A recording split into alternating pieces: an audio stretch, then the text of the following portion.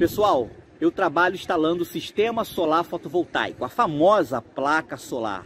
Já ajudei mais de 8.000 pessoas a se qualificarem para também trabalhar instalando energia solar. Na descrição desse vídeo aqui embaixo eu vou deixar um link com mais informações para você que também deseja trabalhar com energia solar. Olá amigos do curso Elétrica e CIA, aqui é o seu amigo Alex Lima, iniciando mais um quadro do Jabá.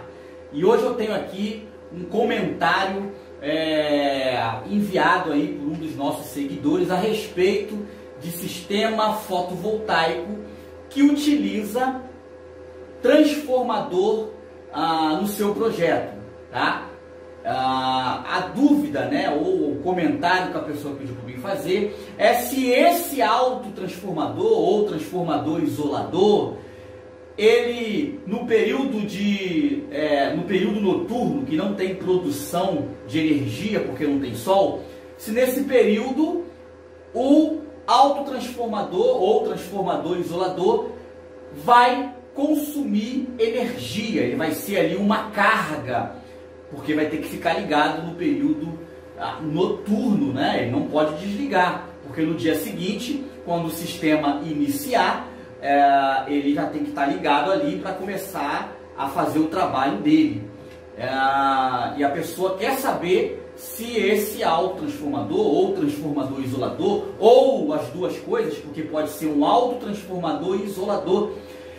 E a resposta para a gente já iniciar esse comentário é que sim, esse transformador que está no projeto, ele de fato vai ser uma carga, ele vai consumir energia no período de 12 horas, que é o período noturno. São 12 horas dia, 12 horas noite. Então no período de 12 horas seria como um aparelho ligado na tomada consumindo.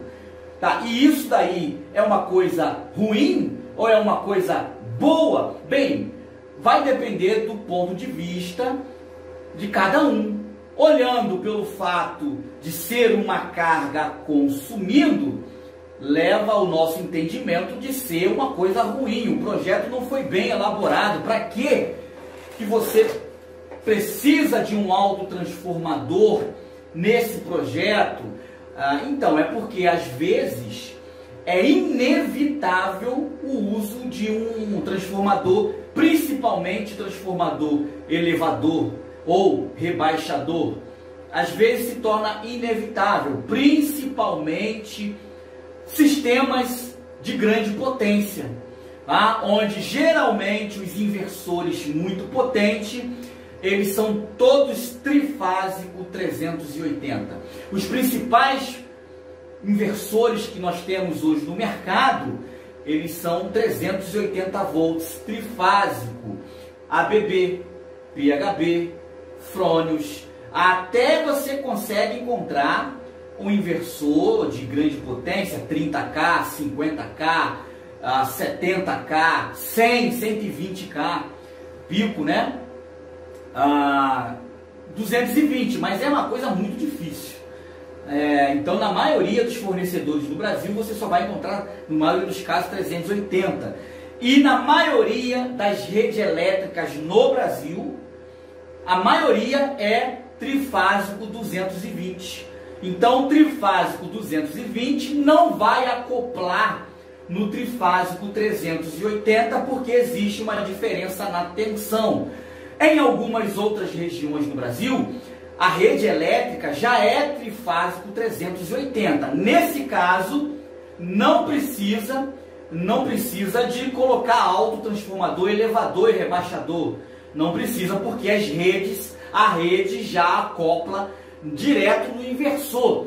Mas na maioria das cidades, das regiões do Brasil, é trifásico 280. E aí você é obrigado a colocar um autotransformador, elevador ou rebaixador. Eu recomendo que você, além de colocar um autotransformador que eleva ou rebaixa para acoplar a tensão, que você também peça um isolador, que ele faça o serviço de elevar ou rebaixar e também isole, ou seja, o inversor ele fica protegido caso haja alguma anormalidade na rede elétrica.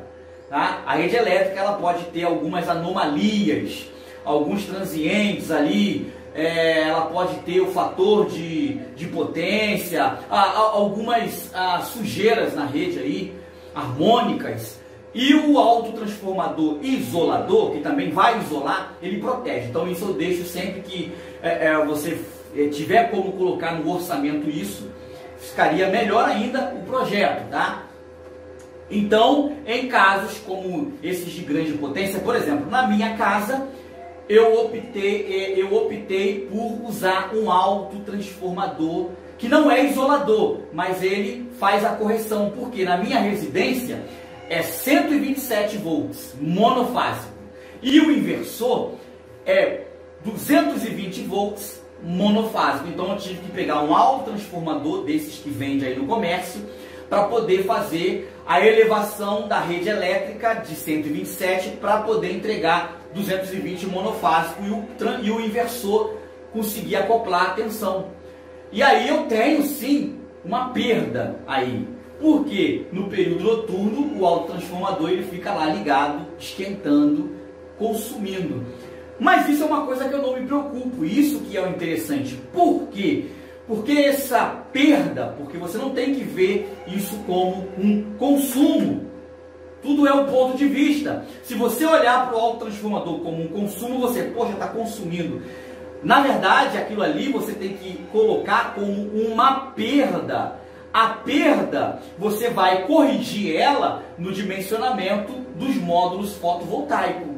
Foi o meu caso. Por que eu não pedi para poder aumentar de 127 para 220 volts na companhia elétrica? Para mim não aumentar a minha tarifa mínima lá, o meu consumo mínimo, que é 127 de mais ou menos R$30. Então, eu zerando a minha conta, eu pago em média ali R$35, R$36 por mês, que é a tarifa mínima, mais a iluminação pública e alguns outros detalhes. Nesse caso, para mim foi melhor, porque senão eu iria pagar cerca de R$70.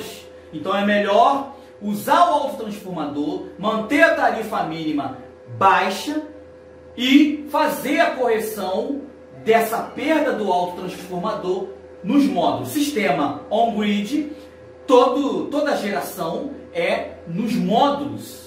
Aliás, qualquer sistema fotovoltaico, até o off-grid, é nos módulos. Então nós vamos colocar nesse cálculo as perdas que varia de mais ou menos 10%.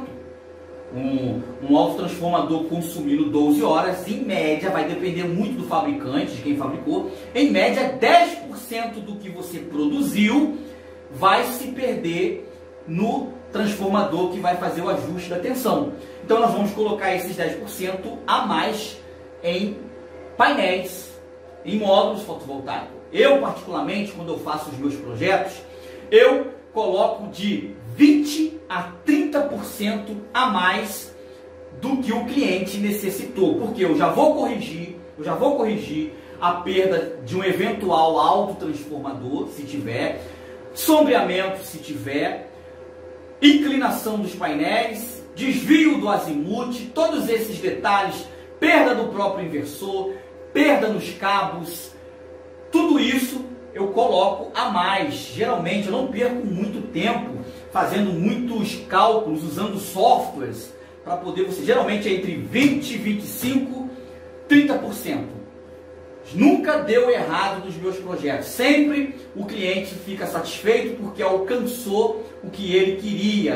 Eu consegui fazer cobrir todo o meu consumo, porque a gente inclui essas perdas. Já num sistema off-grid, eu já acho que nós devemos levar em consideração, porque nós temos o armazenamento num banco de bateria. E aí você vai precisar, você vai ter que fazer o aumento tanto dos painéis, como também o aumento do banco de bateria para cobrir as perdas desse transformador. Então, num sistema off-grid, seria interessante você não utilizar autotransformador, que você compre o inversor já na tensão exata da rede elétrica aí. Se você usa 220 volts na rede elétrica, coloque um inversor 220 volts.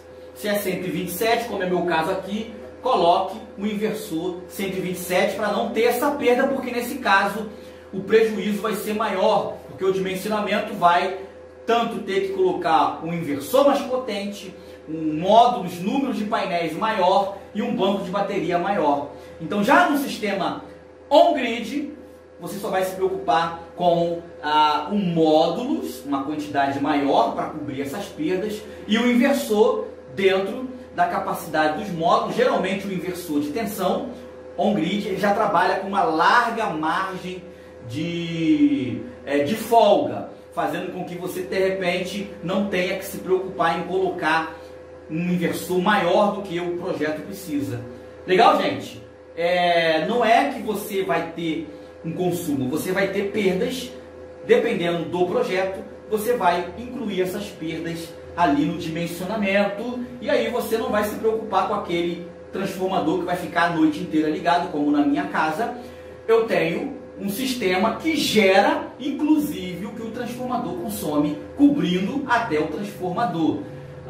Então já foi calculado para isso, não tem que se preocupar. Mas ainda assim é possível fazer um projetinho eletrônico que no período noturno desliga o autotransformador. É um projeto bem simples, a gente até pode aqui nas aulas de sexta-feira montar aí, beleza, até fica como sugestão para a próxima sexta-feira. Legal, gente? Deixe seu comentário aí, vamos debater esse assunto. Forte abraço, tchau, tchau.